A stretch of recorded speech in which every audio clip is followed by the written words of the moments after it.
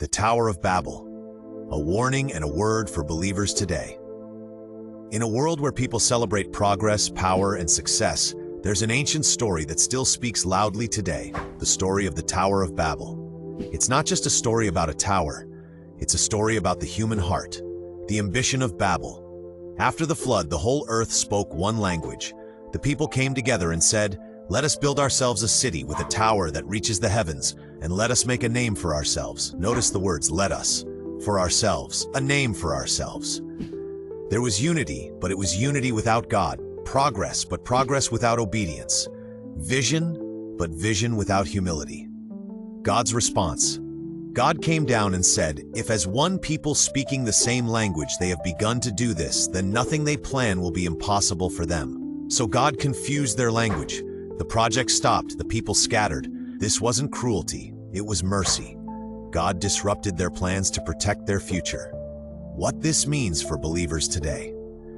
Babel still exists today, not as a tower, but as a mindset.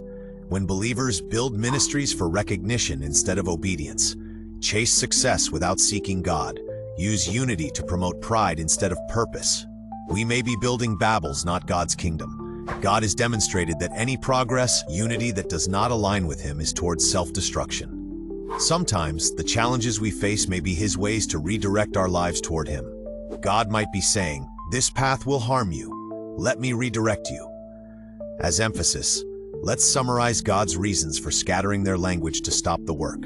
1. Human pride and self-exaltation. The people said, "Let us make a name for ourselves." Genesis 11:4. Their goal was not to honor God, but to glorify themselves. The tower symbolized human pride, confidence in human ability without dependence on God. 2. Direct disobedience to God's command. Earlier, God commanded humanity to fill the earth. Genesis 1:28, 9:1. Instead, the people chose to settle in one place, resisting God's plan. The tower became a tool for unity and rebellion rather than obedience.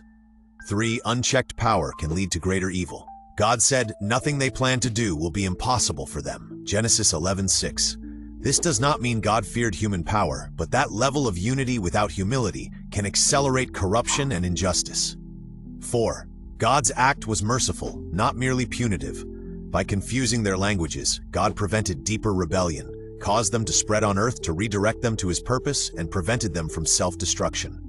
5. A contrast with the Pentecost.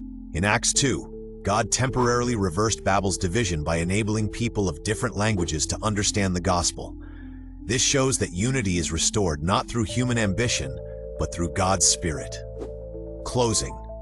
The lesson is clear for believers today. When God is the foundation, unity brings power. When pride is the foundation, unity brings confusion. Thanks for watching. Like, subscribe, and share.